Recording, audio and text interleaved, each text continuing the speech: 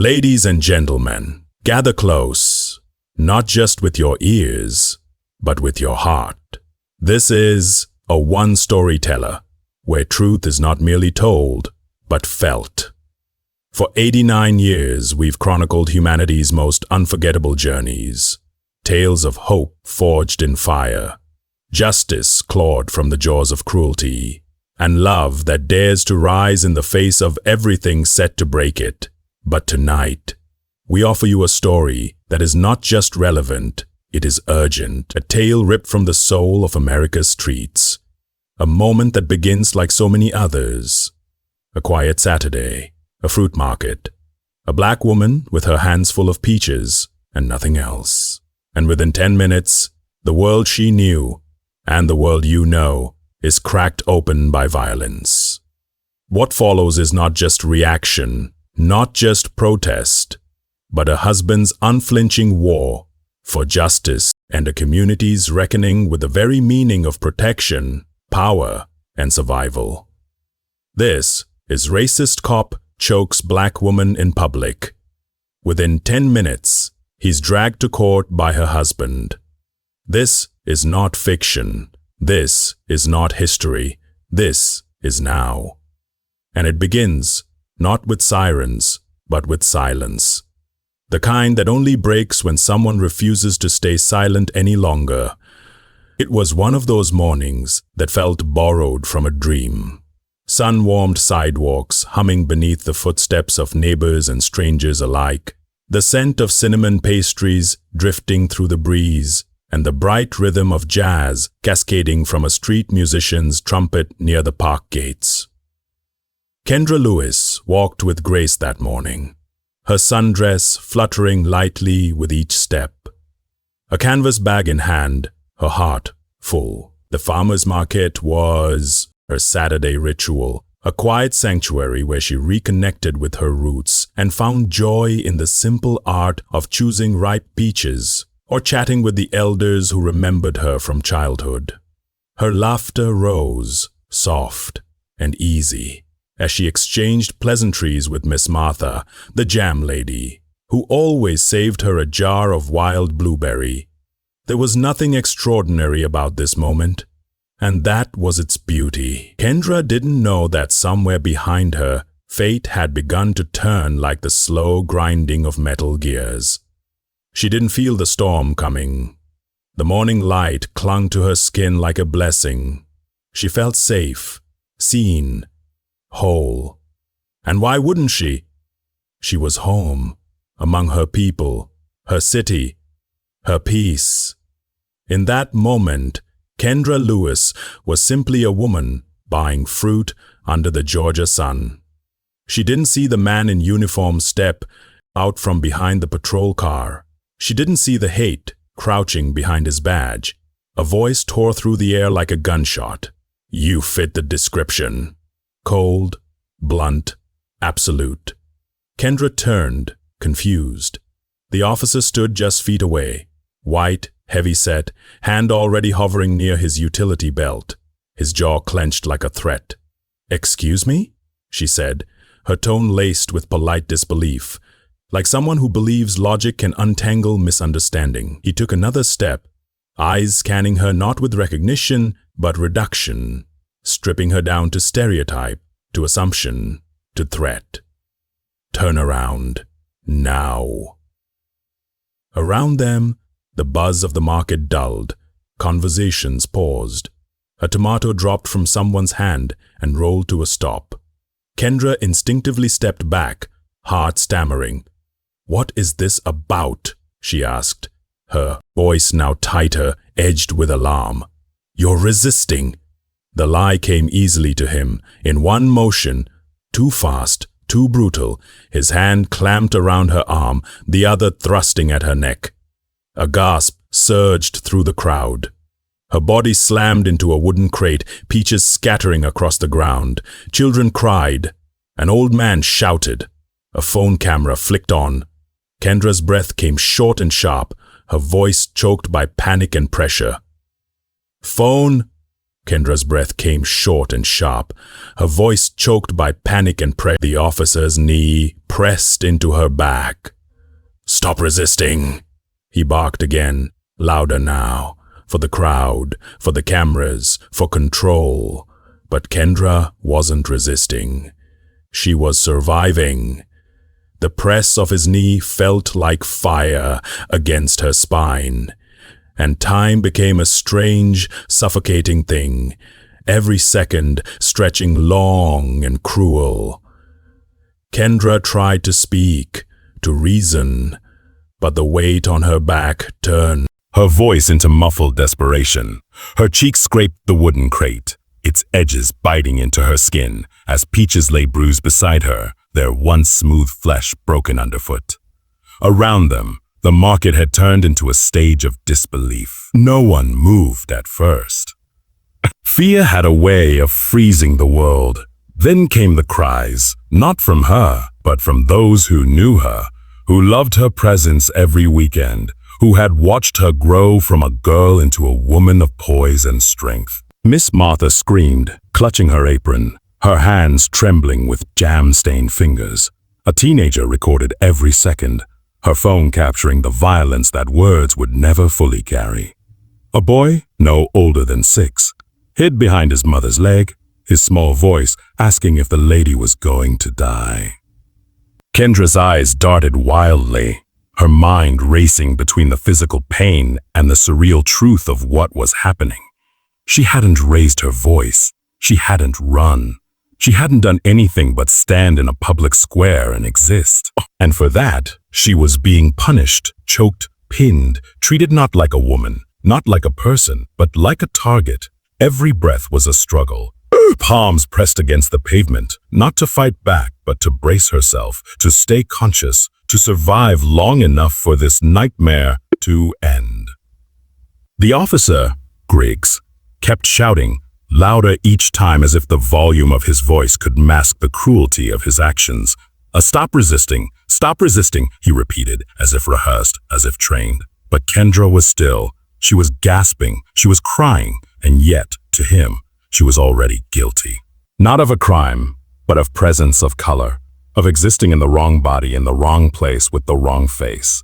Someone finally moved. A vendor, others joined in, hesitant at first, then louder, braver. Phones went up. Words flew. The crowd began to shift, not toward violence, but toward resistance. Real resistance. Witnessing, refusing to let this happen unseen. Griggs stiffened, looking around, suddenly aware that he was no longer in control of a quiet corner, but at the center of a growing storm. His grip loosened slightly, but not enough. Kendra wheezed, her voice raw, her chest burning. She tried to lock eyes with someone, anyone, searching for a tether to keep her grounded. That's when she heard her name. Not from the crowd, but from the distance carried over the noise like a flare of hope. Kendra. Jason Lewis had been at a cafe just minutes away, savoring his first quiet sip of coffee when his phone buzzed. A friend from law school, frantic, breathless, had texted only 2 words with a video link. It's Kendra. At first, he didn't understand. Then he clicked, and time stopped. He saw his wife on the screen, her face turned away, the knee on her back, the hands that didn't belong anywhere near her. His heart dropped to someplace so deep he couldn't find his breath. There was no hesitation, no thought. He bolted. The mug shattered on the pavement behind him as he sprinted the 3 blocks, weaving through pedestrians who stared after him. His feet barely touched the ground.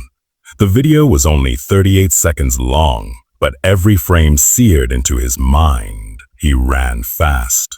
As he rounded the corner and caught sight of the crowd, of the phones raised high, of the officer kneeling on the woman who held his entire world in her hands every night, he didn't scream. He didn't plead. He roared, "A Kendra! A Kendra!" It was her name, but it was also a command to fate, a cry to whatever gods might still be listening. He pushed through the crowd, his suit jacket flaring behind him, his eyes locked on the scene that no man should ever have to see. His wife, beautiful, brilliant Kendra, was on the ground, her face streaked with tears and dirt, her body trembling beneath the weight of systemic cruelty made flesh. Griggs turned, startled by the voice, by the fury in it. Jason didn't care who the man was. He saw only red. But he didn't touch him, didn't throw a punch. He did something far more dangerous. He reached into his inside pocket, pulled out his wallet, and held up his credentials. Jason Lewis, civil rights attorney, and husband of the woman you're assaulting. Step away from her now. Griggs faltered for a second, then sneered. She resisted arrest, he said, defiant, trying to regain control. Jason stepped closer, his voice a blade. You haven't arrested anyone. You haven't read her rights. You haven't explained a charge, and you sure as hell don't put your hands on a civilian with no provocation. Back off, or I'll bury your career before sundown. The crowd was silent now, waiting, watching, some still filming. Kendra coughed, shifting slightly as the pressure eased. She looked up, and there was Jason, standing taller than the buildings behind him, his presence cutting through the fear that had gripped her chest. Griggs looked around again. He was outnumbered, outfilmed, and, most of all, outmatched. With one final grunt, he removed his knee and stepped back, muttering about our procedures and a non-compliance. Jason dropped to his knees beside Kendra, his hands trembling as they hovered above her, not sure where to touch, afraid to hurt her more. I'm here, he whispered, his voice cracking. I'm here, she nodded weakly, tears spilling down her cheeks. He cupped her face, kissed her forehead, then turned his gaze back to the man in uniform. Jason didn't yell. He didn't threaten. He reached for his phone, pressed a single contact, and spoke 3 words. It's happening now. Then he stood, pulling Kendra gently to her feet. She winced, leaning into him, the crowd parting to give them space. Griggs tried to justify himself again, but Jason silenced him with a single look. Not of rage, but of calm, terrifying certainty. The kind of look that said, you just attacked the wrong woman. And the wrong man saw it happen. He guided Kendra to a nearby bench, helped her sit, and kept one hand on her back as he began dialing. One after another, friends, allies, colleagues, all legal minds who owed him favors, who knew what justice was supposed to look like, who had power and weren't afraid to use it. Within minutes, things were in motion. The nearest magistrate court was just a few blocks away, and Jason had already made the call. This wouldn't be buried under paperwork or dragged out over months. It would be immediate. It would be public. It would be surgical. As Griggs stood there, arms folded, muttering into his radio, 2 uniformed officers appeared at the edge of the crowd, but they weren't there for backup. They were there with purpose, their faces serious, unreadable. Jason walked over to them, handed one of them a folder he'd pulled from his briefcase. Always prepared, always meticulous, and waited. The officer flipped through the pages, nodded, then turned to Griggs. You are hereby summoned to appear before a judge immediately, he said. Griggs scoffed. This is a joke, right? You're calling court out here on the sidewalk? Jason didn't smile. This isn't a joke. It's justice. Griggs stepped back, uncertainty flickering across his features for the first time. He looked around again, but the crowd wasn't leaving. They were still watching, still filming, still holding the line. The officer beside him said, We're taking your statement at the court. You'll be accompanied. Griggs swallowed hard. Am I under arrest? The other officer's jaw clenched. Kendra, still seated, wiped the blood from her lip and looked up as her husband approached. She reached for his hand. He held it tightly. The pain hadn't faded, but something stronger had begun to rise in her chest, something shaped like power. She didn't speak. She didn't need to. She didn't need to. Jason looked at her, then at the officer being led away, then at the people surrounding them. Black, white, old, young, all standing shoulder to shoulder in a silence louder than any riot. Jason stood still for a moment, his heart pounding beneath his shirt, trying to rein in the storm surging inside him. Kendra, though shaken and sore, had steadied her breathing, one hand clutching his sleeve, as if holding on to reality itself. Around them, the murmuring crowd shifted like a living tide. Some were whispering in disbelief, others on the phone describing what they had just witnessed. There were children pressed against their mothers' legs, elders who remembered different times but recognized the same horror, and in their faces, Jason read more than outrage. He saw fatigue, generational fatigue. This wasn't new. This was just one more name, one more body, one more scene caught on tape to be buried beneath the news cycle unless someone did something. And Jason was already doing it. He pulled out his phone again, navigating with a surgeon's focus through legal contacts and municipal codes. His mind worked like a courtroom, every move, every word calculated. He knew the legal system intimately, had worked within its creaking walls, had studied its faults and its frailties. But more importantly, he knew its pressure points. And today, it wasn't just about defending his wife. Today, he was making a public example. Kendra's bruises would not be hidden. They would become indictments. The downtown magistrate court was less than a mile away, nestled between the old city hall and a county records building, usually sluggish on weekends, with nothing more serious than noise complaints and petty theft cases. But Jason had already triggered a judicial emergency clause, something rarely used, a legal lever buried deep within Georgia's municipal code that allowed for immediate summons in the face of potential civil unrest or public threat. He knew who to call, knew which judge had once been his mentor, knew which court clerks would answer on a Saturday if he was the one calling. His voice, calm and clear, carried authority even through the phone.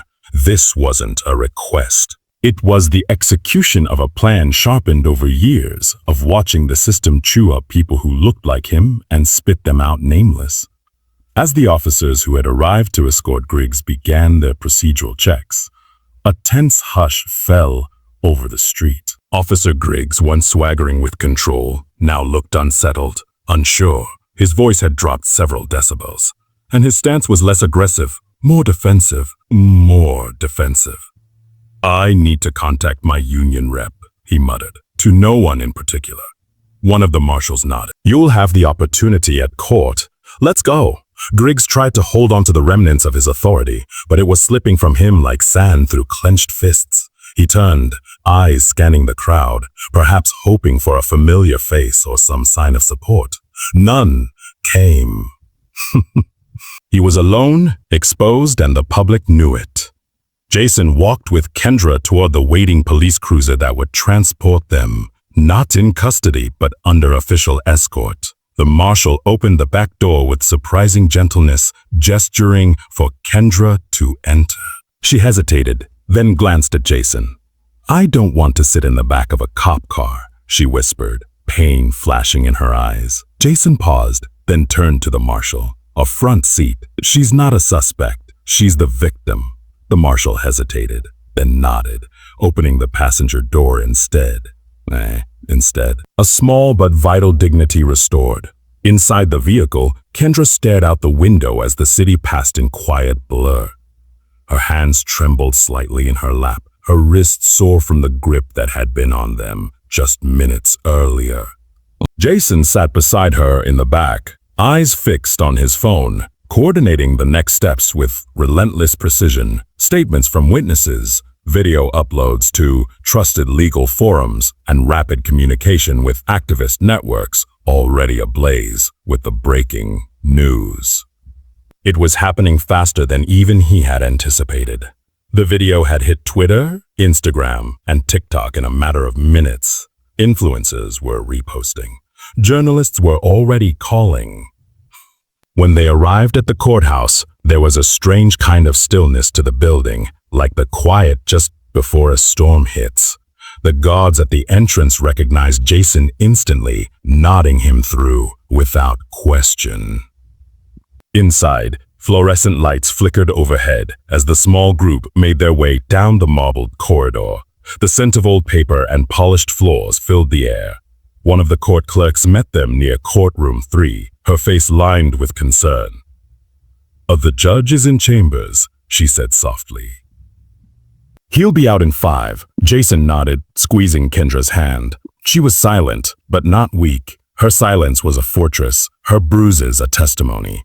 She sat on one of the hard wooden benches, her back straight, chin slightly lifted, a quiet fire glowing behind her tired eyes. Griggs entered a few minutes later, flanked by the marshal. He had changed, not physically, but visibly. His arrogance had dimmed, replaced by a mounting unease as he saw Jason seated across the room, calm and composed, and Kendra beside him, no longer beneath his knee, but standing tall in her dignity. The courtroom door creaked open as Judge Harold Monroe entered, black robe billowing slightly as he stepped onto the bench, a sharp man in his 60s with a reputation for integrity and a stern hand when it came to abuse of power. He surveyed the room quickly and settled his gaze on Jason. Mr. Lewis, he said, voice resonant. "You've called this court to urgency. Let's proceed." Jason rose, his tone crisp, unwavering. "Your Honor, we're here today not only as victims of unprovoked violence, but as citizens demanding accountability in a system that too often shields its enforcers and silences its wounded." He submitted evidence, the videos, statements from vendors, timestamps, GIFs. "We're asking for immediate charges of assault, excessive force, and violation of constitutional rights under both state and federal law." Griggs's attorney, a man who had arrived, breathless and clearly unprepared for such expedited proceedings, tried to protest. "Your Honor, we haven't had time to review." Monroe cut him off. "You will. But justice is not paused simply because the defense was unprepared for accountability." Jason continued. "Emmy's wife was assaulted in broad daylight, in front of dozens of witnesses, without being read her rights, without cause, without reason. She was choked, not arrested, not processed, choked. This was not enforcement. It was assault masquerading as authority. And we are demanding this court acknowledge the violence for what it was." Kendra's presence in the room, even without speaking, carried more weight than most testimonies. Her injuries were visible. Her voice, though still unused, echoed in the eyes of the jury that had been swiftly impaneled under emergency provisions. Jason submitted the formal request that the officer be charged, but not just for physical assault. He wanted institutional responsibility acknowledged, that Griggs' actions were not isolated, but representative of unchecked systems. Then came the witnesses. One by one, vendors and shoppers stepped forward. Miss Martha, her voice quivering but steady, described what she saw. She was just standing there, picking out peaches. The officer came out of nowhere, grabbed her, started yelling like she'd done something, but she hadn't. I've been seeing that girl every Saturday for years. Never saw her raise a voice to anybody. A young mother testified next. "Me little boy," he cried. He thought she was dying. "We come here to feel safe, to feel like a community." That man, he shattered that in seconds. Then the vendor who had spoken up, a man named Terrence, stepped up to the witness stand. "I saw her face when he grabbed her," he said. "I saw her face when he grabbed her," he said. "She didn't swing, she didn't yell." And he slammed her, like she was nothing. That wasn't policing, that was rage. Each testimony carved deeper into the silence of the room. Griggs sat stiffer with each one, occasionally looking at his attorney, whose confidence had dissolved completely. When the last witness spoke, a tourist visiting from Michigan who had happened to record part of the incident, Judge Monroe leaned forward, hands steepled. "This court recognizes sufficient cause to proceed with formal charges," he said, his tone cool and thunderous. "Officer Daniel Griggs, you are hereby placed under investigation, pending trial for multiple offenses, including but not limited to excessive force, violation of civil rights, and abuse of authority. Bail is denied at this time, given the public threat and magnitude of the incident." Gasps rippled across the courtroom. Jason didn't flinch. Kendra didn't move. But something shifted in the air, something old breaking, something new beginning.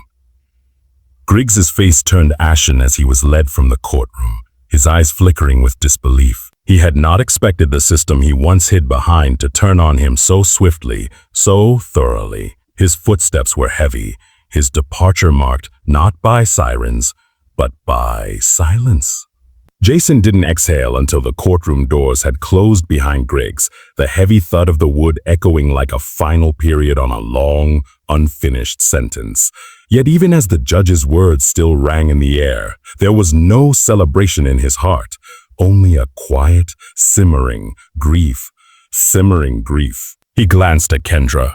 Her face bore the grace of a woman who refused to break, even as the bruises bloomed darker across her jaw and temple. She hadn't said much since the hearing began, but her silence wasn't weakness. It was something older, something deeper, the quiet of a storm's eye. Jason knew what came next. Legal battles were slow, messy, headlines would twist. The union would defend Griggs. The department might issue a bland statement, distancing itself while doing nothing to address what they knew was rotting within. But this hearing, this first moment of reckoning, was more than symbolic. It was a wound forced open under fluorescent lights so the nation could no longer pretend it didn't exist. Outside the courthouse, the world had already changed. News crews had gathered. Protesters had begun to form a perimeter, holding signs that bore her name, her image. Someone handed Kendra a bouquet of lilies as she stepped outside, and for a brief second, the weight in her chest lightened. Her eyes scanned the crowd, not just for allies, but for meaning, for connection, for something to hold onto in the wake of what had nearly been her last morning alive. A reporter shouted a question. Mrs. Lewis, what do you want people to take away from what happened to you? Kendra paused. The wind caught the edge of her scarf and lifted it gently, like a breath from the sky. Then she stepped forward, bruised but unbroken, and finally spoke. Her voice was hoarse but unwavering. I am not a statistic. I am not your hashtag. I am not someone's learning curve. I'm a woman. I was shopping for fruit. Too big. I was almost killed because someone couldn't see past the color of my skin. And the only reason I'm standing here now is because people didn't look away. The crowd fell silent, hanging on her every word, as if the weight of centuries pressed into the space between her breaths. Jason moved to her side, not to speak, but simply to be there, solid, present, the way he had been through every injustice, large and small. Around them, cameras blinked like mechanical eyes, capturing this raw, unscripted defiance. No podium, no publicist. Their love became a quiet resistance, something steady against the noise. And though the court date loomed ahead, bringing with it tension and uncertainty, there was also hope, real, humming hope, that something had shifted, however slightly, in the hearts of those who had seen what happened, and could no longer pretend they hadn't. In those 10 minutes that felt like a lifetime, we witnessed the unraveling of fear and the rising of courage. Through the eyes of Kendra Lewis, a woman who simply wanted to buy fruit and go home. We saw how the body becomes a battlefield when power turns violent. Through Jason, a man who transformed his grief into a precise weapon of justice, we saw how love, when rooted in purpose, becomes revolutionary. And in a trembling community that did not turn away, we were reminded that sometimes healing begins not with justice delivered, but with truth seen. This story was never just about one officer. It was about the system that trained his hand and turned its head. It was about the voices that chose to speak up, the witnesses who chose not to forget, and a nation forced to look directly at what it too often blinks away. But it was also about resilience, about how a single act of violence could ignite a collective insistence that this time, silence would not win. When Kendra stood on those courthouse steps and said, "I am not your hashtag," she gave us all a charge to stop commodifying Black pain, to start honoring Black survival, and most of all, to stop waiting for change and start being it. This was A1 Storyteller. If this story moved you, don't just scroll past, share it, speak it, carry it, because stories like this aren't entertainment, they're remembrance.